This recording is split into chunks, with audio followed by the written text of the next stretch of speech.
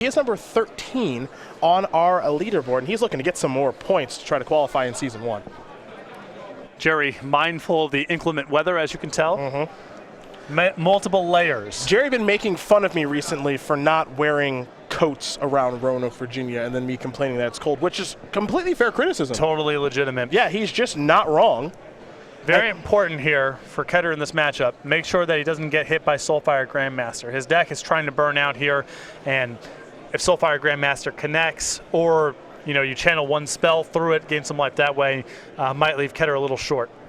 Mystic Monastery is where Thompson opened things up. For Ketter, it's just an Evolving Wilds. Ketter is going to sacrifice the Evolving Wilds now, save a little bit of time.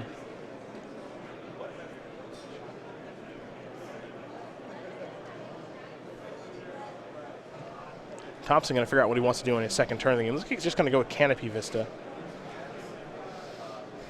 And perhaps we'll see him just pass the turn back. And we do. So over to Ketter we go. Wild Slash the draw. Good way to answer Jace. Good way to answer Soulfire Grandmaster. Very important for Ketter to keep the board clear on the other side. Both of Thompson's 2-drops are big trouble for him if Thompson gets to untap. A basic plains here for Kent, and I think he's got a Jace of his own, and he does. So he'll play with a very powerful blue 2-drop.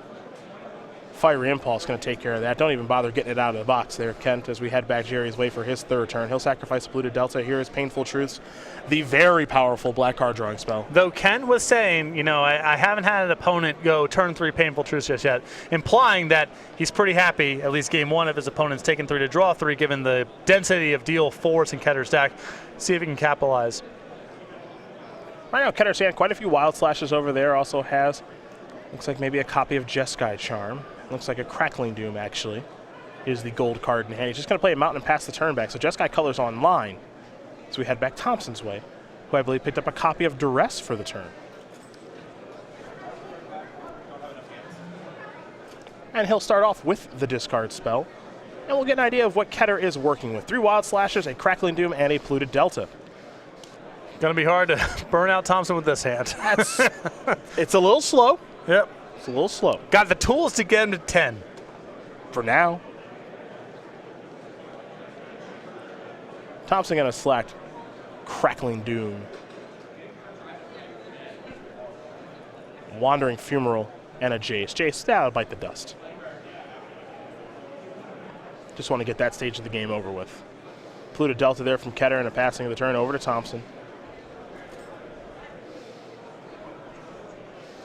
See what Thompson's 5th turn will bring here.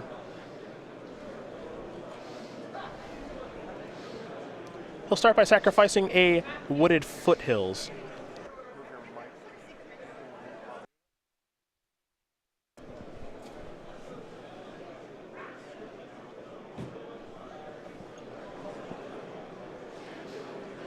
Hey, I would beat him up here with the land. Dare him to Wild Slash it twice, I guess? Yeah. I don't hate it. This probably just drawing a bunch of cards and finding more stuff to do is better, but you are who you are. Yeah, I understand. Magnetic Insight there from Thompson, discarding a land. See what else Gerry's going to do this turn, if anything. You might see him just Insight again, but he's actually going to Treasure Cruise, so he's just gassing back up. And this is 5 new cards this turn. And this is very easy for him to do. And I really like the addition of Magnetic Insight to these kind of decks for a number of reasons. One, when you have Painful Truths and Treasure Cruise, you have card drawing with no selection. You are liable to flood out, so it protects you a little bit from that scenario. And of course, it's just so synergistic with Delve cards. And we have seen that a lot of times with this deck, with Todd Anderson especially, where he's just drawn so many cards, gotten so far ahead, and then he looks at his hand, I got 5 lands. Also a great thing to flash back with Jace on an early turn of the game. Yeah, very true. Because you're not in a position to really flash back your other card drawers that efficiently, but Insight's card advantage, you can still do other things with the turn. You can only play so many copies, obviously, but I do like having 1 or 2 copies in decks like this. Flooded Strand here from Thompson. And that was a criticism that a lot of people had, including Todd and Brad, of that Jeskai Black Bill, was I just flooded out a lot. Your card drawing with no selection. A Chandra here. That's a doozy.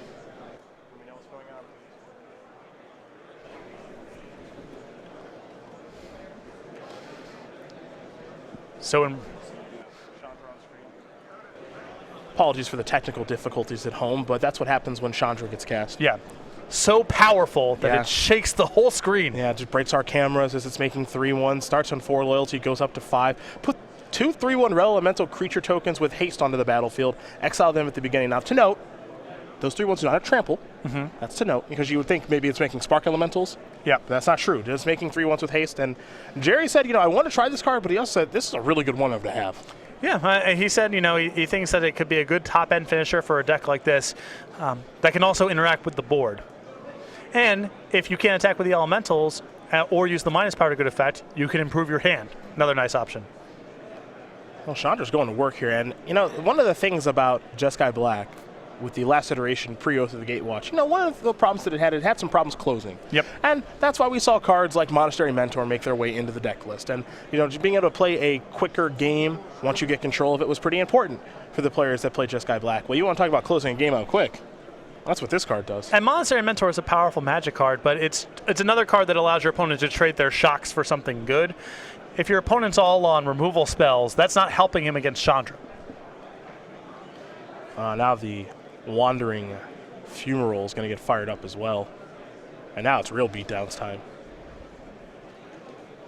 I like this aspect. There's some real changes here to Jeskai Black deck that Thompson is playing. And the closing speed, which is something I always want in my decks, well, he can close the game out pretty quick here. I mean, take a look at the time, 43 minutes. Plenty of time left for Game 2 and Game 3 if it does come to that. Another copy of Wandering Fumarole, just going to pass the turn back. Couple of wild slashes here. Ketter will untap. He'll draw a card. And we are all done here as Gerry Thompson's going to win game number 1 here over Kent Ketter. The Jeskai Black mirror-ish. Ketter a lot more burn-heavy. However, Thompson currently up a game with his build. Maybe the more traditional of the two. Pretty interesting deck. Yes. Thompson told me he's trying some things out here. But that said, you can still see the same good controlling basic cards, just some new one-ofs, a lot of the new mythics, just taking them for a spin, see how they line up. I think Chandra Flamecaller makes a lot of sense. I know Thompson wrote an article during the previews that he was very excited to try this card as a finisher for Jeskai Black. Well, let's take a look at the sideboard, shall we? Well, we will start with Kent Ketter and his 4 Soulfire Grandmasters, 4 Self-Inflicted Wound, 3 Kozilek's Return, 1 Read the Bones, and 3 Hallowed Moonlight. I'm fine with the 1 copy of Read the Bones, and nothing else here is really that exciting for me. I guess the 4 copies of Soulfire Grandmaster are pretty easy to bring in, but Thompson's got a lot of shocks.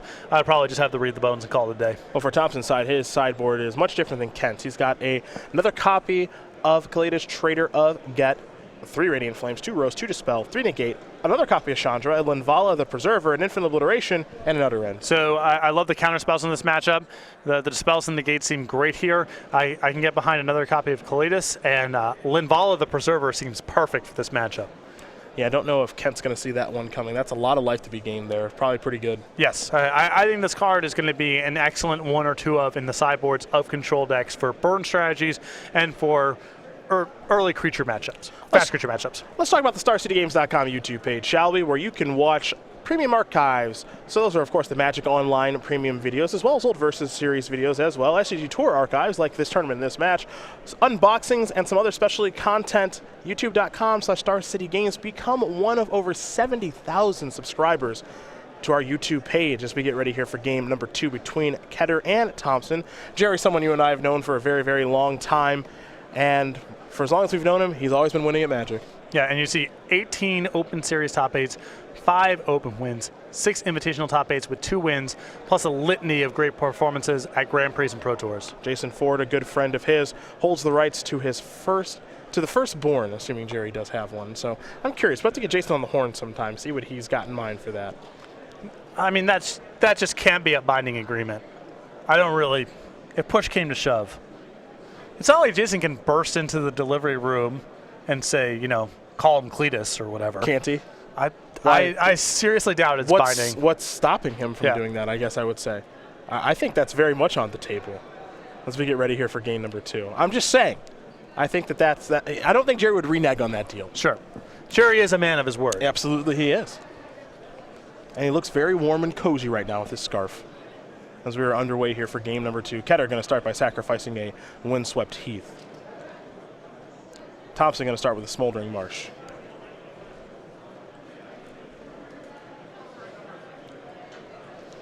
Cinderglade is the land that Kent did find. He just wants to make sure that he's searching up the right stuff here, as, again, the lands in this deck are pretty sensitive. 4 colors with double red requirements. Trying to cast Manus Rider on 3. Sequencing the lands, not an easy task. An island, a Storm Chaser Mage, and attack for 1. Thompson will fall down to 19. Busted. It's a really good card. This card's real good. And I'm not one to want to own Magic artwork very much. I want this one. I love the picture on this card. It's really cool. I think that is done by one of the frequent artists we have at the Grand Prix and larger events. I believe that's Clint Clearly. We can take a look at the card again. You're right. I got a real shot at this thing. Yeah. Okay.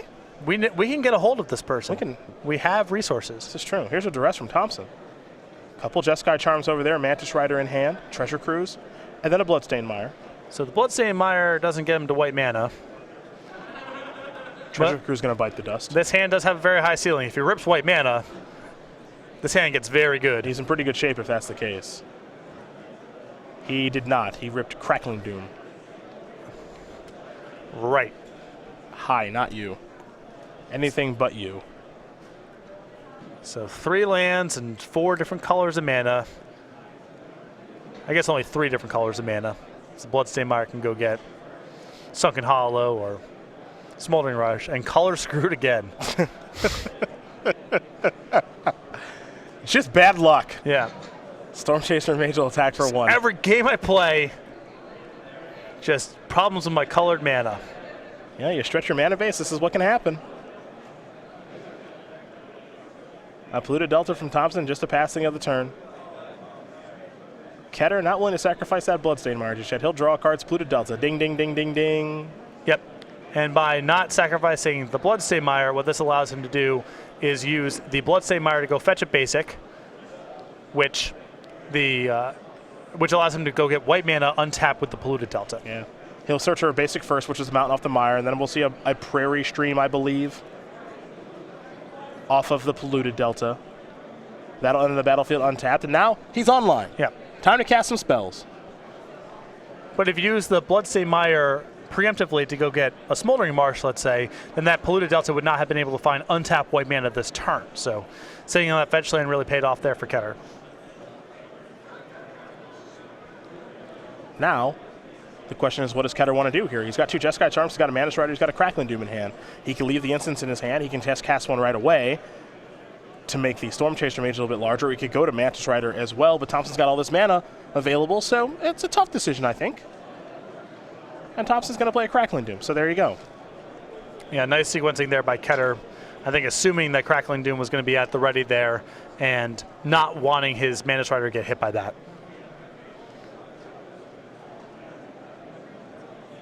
Oh, Crackling Doom will resolve. Thompson will take 4, Ketter will take 2. And now we're going to head back Thompson's way. Treasure Cruise the draw. 4 cards in the graveyard, so right now it would cost 4 mana. Not sure if Thompson has the time for that sort of thing now that Ketter's deck is online. He'll start, ooh, hello. Painful Truths. This does not look as good as the Painful Truths that Gerry cast in the first game. Yeah. That one was for 3. Thompson's going to fall down to 9. See Ketter already doing some table math there. Yeah. A Sunken Hollow and a passing of the turn. Ketter picked up a Windswept Heath. Kent's got to be feeling a little bit better about things. Now, again, the question, of course, is do you want to lead out with a creature like a Mantis Rider? Do you want to lead out with a spell with the hope that you don't have to worry about a card like Dispel? Well, what's really nice about this is, Ketter gets in the 3 damage guaranteed. There's no guarantee that down the line he's going to be able to connect with this Mantis Rider or that'll even resolve. And it forces Thompson to spend mana on his own turn answering it now, which may open up the window for those spells to resolve anyway. Shambling Vent. That's an important one for Thompson. If he's ever able to connect with that, get some life back. And now Thompson will just pass the turn back. So Ketter will sacrifice the Windswept Heath. He'll fall down to 14 and dig up a land. And we'll see what land it will be.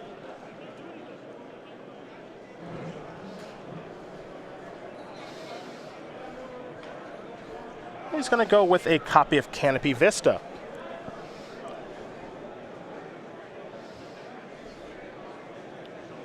So let's go back Ketter's way. He'll draw a card.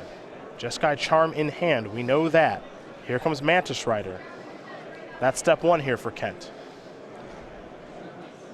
Thompson might be thinking Crackling Doom here. Instead, he'll go with Fiery Impulse, and he does have Spell Mastery. That'll take care of that. Oh boy, Goblin Dark Dwellers, hello. Is there a counterspell here for Thompson? I'd be surprised if he had any sort of Disdainful Stroke type of cards in this kind of matchup. Jeskai Charm's going to try to go upstairs. That'll work just fine. Thompson's down to 2. And I think Ketter may have Exquisite Firecraft left over, and if he's got Spell Master, it doesn't even matter if Thompson has a counterspell. Mm-hmm.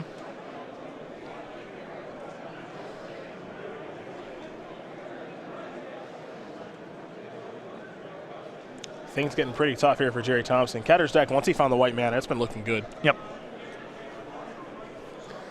And you can see Thompson kind of has the wrong tools for what the matchup's about here. He's got a lot of creature removal. Kent's got some creatures, but not a whole lot. And not really ways to gain life here. It's not like Ketter has done all that much with his creatures. Here's Crackling Doom. Looking to take care of that Dark Dwellers. That'll work. It's Jeskai Charm. It is not Exquisite Firecraft. This is a negate. That's an Evolving Wilds and a passing of the turn. So I was not a fan there of Ketter trying to go for the kill. At the minimum, I think you wait until the upkeep to go ahead and try to do something like that. So at least Thompson has to get the mana on his own turn. I also think the odds are high enough that Thompson tries to fire up the Shambling Vent to gain a little bit of life that you can just wait. Perhaps a bit hasty there from Ketter. And you have an Evolving Wilds here. I think the last card in Ketter's hand is Crackling Doom. Mm-hmm. If he waits, he can just try to cast both spells in one turn. Well, here comes the vent. Thompson up to 4, Ketter down to 10 now. And Thompson with just a Treasure Cruise. I was going to say just a blue mana left over, but it's a lot more than that. So, 3 cards coming here for Gerry. Bloodstained Mire is the land.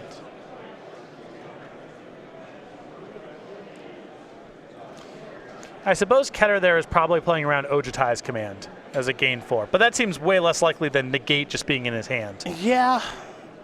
And you know, Ojutai's command is not a card that sees a ton of play anymore. Right. So, not sure if that's what he's playing around there or not. It's also Thompson's whole turn to Ojutai's command it.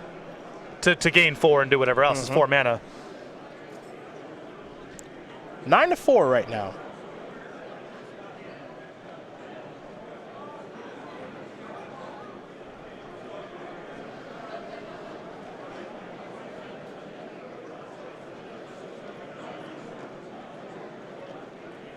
See what comes next here for Gerry. He's got a Chandra in hand. He just gassed back up. Soulfire Grandmaster, there's a lot of options available. You know, the simplest thing is we could just see him do what he did last turn, which is come on in with the Shambling Vent. And when you have that many cards in your hand, so many decisions to make, actually the Shambling Vent isn't so simple at all. Especially because it could be a window for Ketter to cast Crackling Doom, which he hasn't really had a window to do up until this point. Here comes Soulfire Grandmaster. Thompson's going to figure out how he wants to cast it. He's going to use Canopy Vista along with the Swamp. We'll see if Ketter has a response.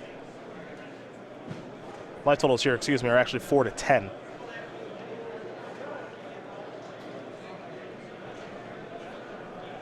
There's an Evolving Wilds past the turn back. Thompson going to sacrifice his Bloodstained Mire.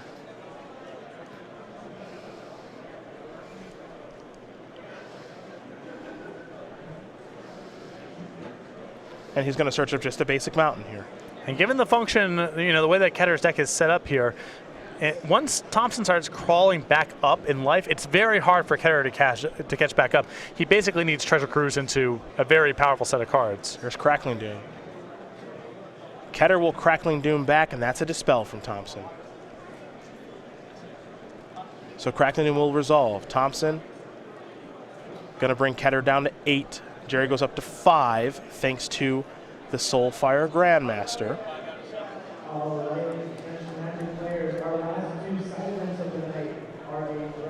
And now here's Chandra. And this is lethal right now. And that is going to do it. Gerry Thompson's going to win this match over Kent Ketter 2 games to 0. The Jeskai Black Mirror, we'll call it, goes to Thompson with his more traditional build. Though some new cards there that certainly played a role in things, most notably the new Chandra.